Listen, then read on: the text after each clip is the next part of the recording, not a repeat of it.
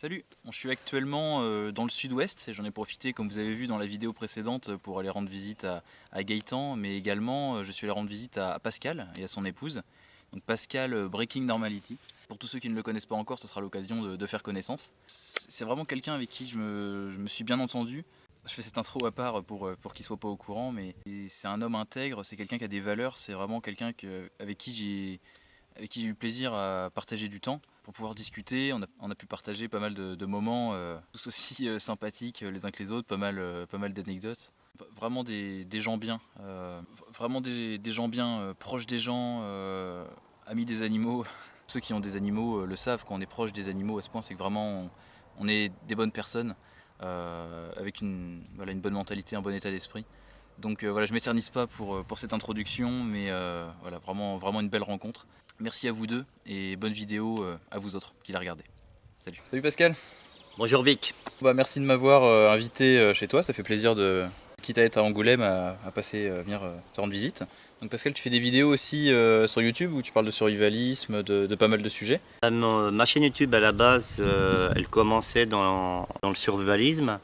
Et après j'ai changé le nom de ma chaîne parce que pour moi le survivalisme est arrivé à un moment où ça devenait du commerce. Et la réalité et le quotidien de n'importe quel citoyen français, c'est la rupture de la normalité. C'est les pannes, ça arrive à tout le monde, les réparations, ça arrive à tout le monde. Voilà, alors je présente des produits qui sont rapport qualité-prix abordable, du très bon matériel et pas cher, pour que ça reste abordable à tout le monde et que, voilà, que les gens apprennent à se dépatouiller aussi par leurs propres moyens. Ah ouais, donc tu es plus dans une optique de préparation, mais pas dans quelque chose de catastrophique, mais dans de la prévoyance de tous les jours. La prévoyance, ouais, la prévoyance de tous les jours, comment détecter une petite panne ou réparer une petite panne. Pour ça, pour réparer ou pour bricoler, il faut du matériel. Le but, ouais, c'est d'arrêter de dépendre de tout le monde, hein. Pour apprendre à bricoler, il faut apprendre à se dépatouiller. Une panne dans une maison, en voiture, avoir des petits kits EDC ou EDV avec soi, hein, des kits de tous les jours. Sur son sac, c'est une trousse de secours, divers matériels. En voiture, avoir un kit EDV. En cas de crevaison, de panne de véhicule dans la verte et tout ça, faut avoir un minimum sur soi. Là, donc, tu m'as invité chez toi, donc même au niveau de ta maison, j'ai remarqué que tu as développé pas mal de choses au niveau autonomie, au niveau prévoyance, au niveau sécurité. On va pas rentrer dans les détails, mais c'est vrai que tu t'es attelé à différentes thématiques. Ouais, donc disons que tout ce qui est autonomie, déjà j'ai commencé par l'eau. L'eau a un coût excessif. Donc ça a commencé par tout ce qui est récupérateur pour le jardin et consommer au minimum de l'eau de la maison pour son potager. Le potager dans la rupture de la normalité, avoir ses plantations, ses légumes.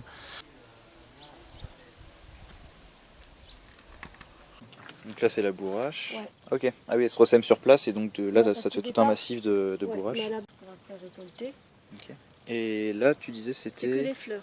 C'est que des fleurs comestibles. Ouais. Là il y a quoi, échalotes. Ouais. Ah, des betteraves rondes roses, c'est ça? Ouais. Donc de l'ail et des oignons. Un peu de carottes encore là. Ah, petit poivron. Ouais. Un fond d'eau Mhm. dedans.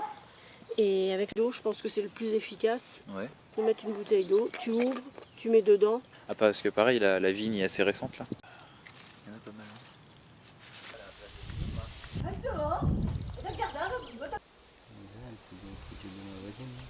Après, tout ce qui est dans préparation, je vais dire défense du domicile, des barrières à mettre en place avant qu'il y ait une intrusion.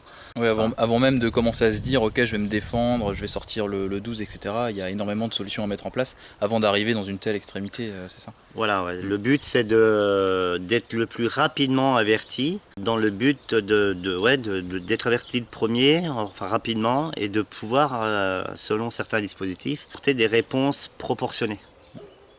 S'il faut rester proportionnaire, je sais que c'est difficile en France de rester proportionné, tout le monde est dans l'objectif j'allume tout le monde, le premier qui rentre chez moi. C'est pas le but, hein. La légitime défense en France, elle est claire, elle ne justifie en rien la défense, la protection des biens. Donc si on se défend en légitime défense, c'est pour sa sécurité ou celle de ses proches, de sa famille. Donc avant d'arriver à tout ça, il faut mettre des barrières pour être averti le plus rapidement possible et prendre les mesures adéquates à la situation. Voilà, c'est ma philosophie. Alors Pascal, on fait du 12 aujourd'hui. Eh oui l'ami, aujourd'hui c'est un petit moment qu'on va partager ensemble. Comme je t'avais promis au salon du survivalisme, le jour où tu viendrais, on irait tirer l'ami. Donc bonne journée. Et puis voilà, aujourd'hui, je vais te faire tirer avec mon fusil de balle trap, le Yildiz MX Trap. Ouais.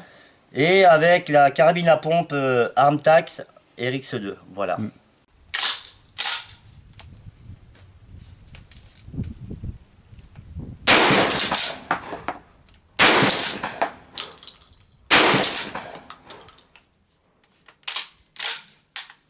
Ok. Donc Vic, petit tir.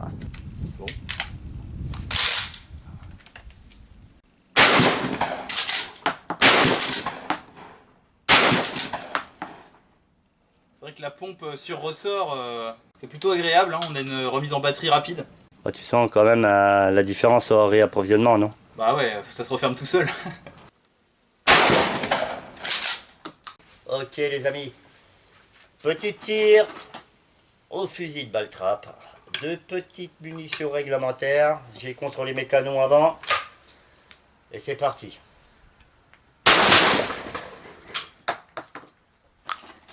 L'avantage, c'est la cadence.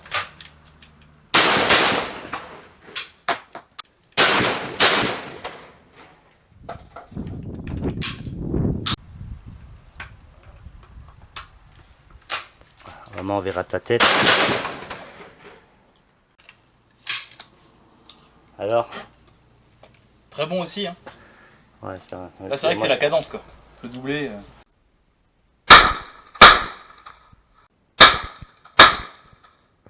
Tire à 100 mètres.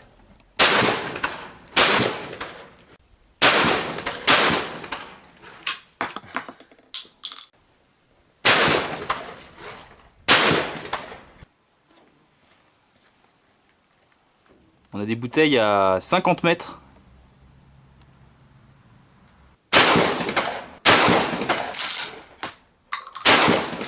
Petite séance réglage. On a l'avantage d'avoir avec nous un expert. Ouais, un expert ouais, qui travaille avec sa bite et son couteau, ouais.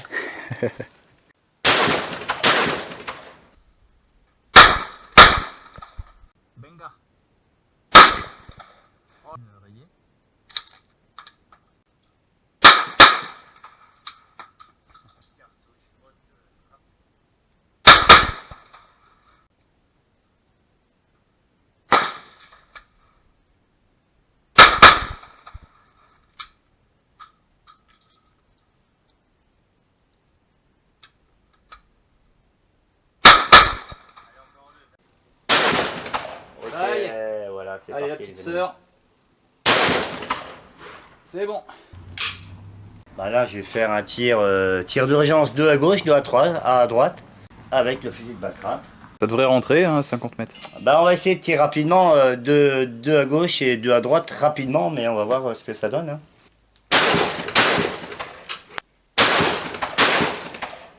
Donc Pascal, dans votre club, il y a des voitures sur le pas de tir. C'est comme les clubs où il y a du sanglier courant. Vous avez des voitures courantes, c'est ça? Voilà, ouais. De temps en temps, on lâche 2-3 voitures en liberté. Des voitures sauvages, les amis. Reprise de la vidéo, les amis. Reprise de la vidéo, les amis. Ah, ça a l'air de faire rire mon ami Vic.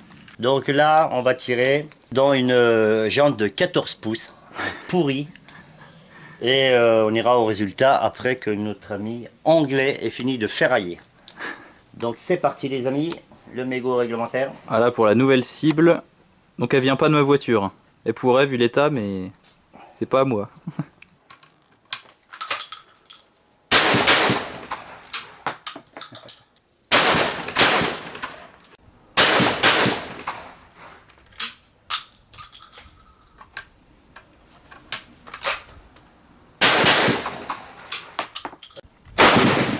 Oh putain la vie. 3 fois de cartouche, mode rapide.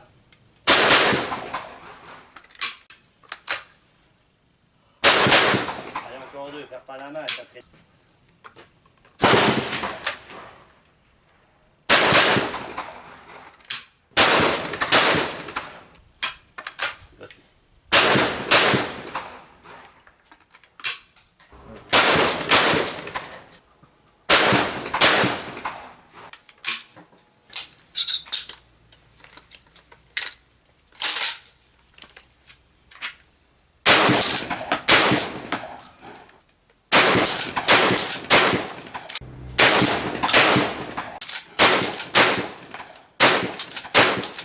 3 coups rapides.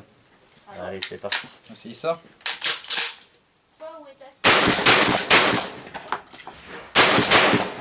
Bon, fin de la séance, Pascal. Eh ben, magnifique l'ami. Ça m'a fait un plaisir de tirer avec toi. Bah, pareil, hein. C'est toujours bien d'échanger quelques cartouches, des techniques de tir qui changent un petit peu, des armes qu'on connaît pas. Ouais, puis ça a bien vu que dès qu'il y a un changement dans le rythme, ben, on commence à stresser. Donc c'est là l'intérêt du tir, hein, de tirer régulièrement, c'est pour effacer au mieux ce stress, pour éviter de faire des conneries. Hein. Et puis toujours avoir dans l'optique que la routine elle tue. Partager un bon moment pendant le tir, voilà. J'espère que ça t'aura plu d'avoir tiré avec mes armes. Bah carrément. Hein. Et puis voilà, on finira la vidéo à la maison, parce que là il y a le match, l'ami. Donc là on revient de notre séance de tir et c'est vrai qu'on discutait tout à l'heure qu'il arrive que parfois en France il y ait une mauvaise image du tir et des armes. Qu'est-ce que tu aurais à dire là-dessus? Moi je dirais déjà à la base, hein, il n'y a pas d'armes dangereuses, il n'y a que les gens qui les tiennent et qui appuient sur la détente qui sont dangereux. Une arme dans un coffre sécurisé en appliquant la réglementation française, aucun problème avec les armes en France. Après en France, c'est pas dans la mentalité de détenir des armes. Voilà. Donc je pense que la détention et l'utilisation des armes, ça s'apprend dans le calme, ça s'apprend avec des instructeurs ou des moniteurs sérieux. Mais tout ça dans le calme et dans le respect des règles de sécurité pour soi et pour les autres. Comme on disait à l'armée, une arme est considérée toujours chargée. Et voilà, il y a des règles à respecter, mais quand c'est fait dans un bon esprit, dans les règles de l'art, avec une très bonne pédagogie, on peut arriver à donner un peu de goût avec l'armement. Donc il faut le faire dans les conditions sérieuses et dans arrêter. Un bon esprit, ouais. Voilà, il faut avoir cet esprit de partager cette passion qui est l'armement en France. Moi je dis que ça s'apprend. Voilà, il faut le faire avec des gens sérieux. On n'est pas des rake hunters ou des bad boys. On est des gens rigoureux. Hein, c'est super important. Il faut être vachement rigoureux avec les armes. Et il faut le faire avec des professionnels, des gens qui en plus vous transmettent cette passion. Voilà. Le tir, la manipulation d'armes, il ne faut pas le faire dans un esprit stressé. Plus on vous stressera avec la manipulation et plus il y aura des risques d'accident. Voilà, moi j'invite les gens à aller voir des professionnels sérieux. Et surtout que par rapport à la question des armes, et pour te connaître un petit peu mieux, c'est vrai que tu as une certaine légitimité de parler d'armement de par ton passé militaire. Alors moi j'ai eu une petite carrière en tant que militaire sous contrat, engagé volontaire de l'armée de terre. Mon métier était spécialiste en maintenance armement. Mon but c'était de réparer les armes, hein, du 9 mm au 20 mm. Ça commençait déjà par l'entretien des armes. Et à l'armée, je l'ai vu, beaucoup de gens n'aimaient pas le tir parce qu'on les traumatisait avec le nettoyage. Déjà avant de manipuler les armes, moi je conseille c'est démontage, remontage, pour bien maîtriser son arme, bien la connaître, savoir comment elle fonctionne. Et après, le tir progressif, le nettoyage, toujours nettoyer son arme, des règles à respecter qui sont la base. Mais moi, mon métier à la base, c'était spécialiste en armement à l'armée. J'ai vu beaucoup de gens dégoûtés de l'armement au tir parce qu'il y avait ces nettoyages à la con. Hein. Après, lors des nettoyages, quand on explique aux gens comment ça se passe et pourquoi ne pas faire ça dans telles conditions, eh ben, ils comprennent et ils appliquent parce que c'est pour leur sécurité. Il faut leur expliquer aux gens, pas faire du social, mais il faut expliquer techniquement pourquoi on ne fait pas ça sur une arme. Voilà. Mais ça se transmet, c'est une question de transfert, de passion. Mon chef à l'armée disait tu peux avoir toutes les connaissances du monde, mais si tu ne les partages pas, ça ne sert à rien. Donc quand on a des connaissances, un savoir-être, un savoir-faire, il faut les transmettre. Voilà. Moi je ne prône pas la violence, loin de là. Mais l'armement peut devenir un sport agréable pour les gens qui en ont peur, moi je pense. C'est vrai que ce petit côté-là, justement passé militaire, je trouve que sur ta chaîne, ça porte vraiment un gros plus, que ce soit sur l'armement comme sur plein d'autres sujets, ça porte une certaine mentalité par rapport aux choses, par rapport aux problématiques, par rapport aux questions qu'on peut se poser. Et personnellement, je trouve que c'est vraiment un gros plus qu'on peut retrouver sur ta chaîne. C'est vraiment cet état d'esprit-là qui amène vraiment une réflexion particulière sur pas mal de sujets. Et c'est pour ça que du coup je vous conseille vraiment d'aller voir la chaîne de Pascal pour découvrir un petit peu tout ça. Bon, du coup Pascal, merci beaucoup de m'avoir invité, de m'avoir reçu chez toi et qu'on puisse faire cette séance de tir. Donc voilà, si jamais vous ne connaissez pas encore Pascal et que vous avez envie de découvrir pas mal de choses, prendre des idées sur énormément de thématiques et découvrir du matériel qui éventuellement pourrait vous être utile, et bah foncez, je vous mettrai le lien de la chaîne de Pascal directement en description pour aller le rejoindre sur ses vidéos. Et bah merci à tous de regarder nos vidéos, tous les liens en description pour nous retrouver. et à très bientôt sur nos chaînes. Ciao. Salut. Je vois rien. Ah ouais. Ça filme? Où c'est que c'est marqué? Là en haut, enregistré. Ah ouais, merde. On est pas mal. On est pas mal. On est pas mal.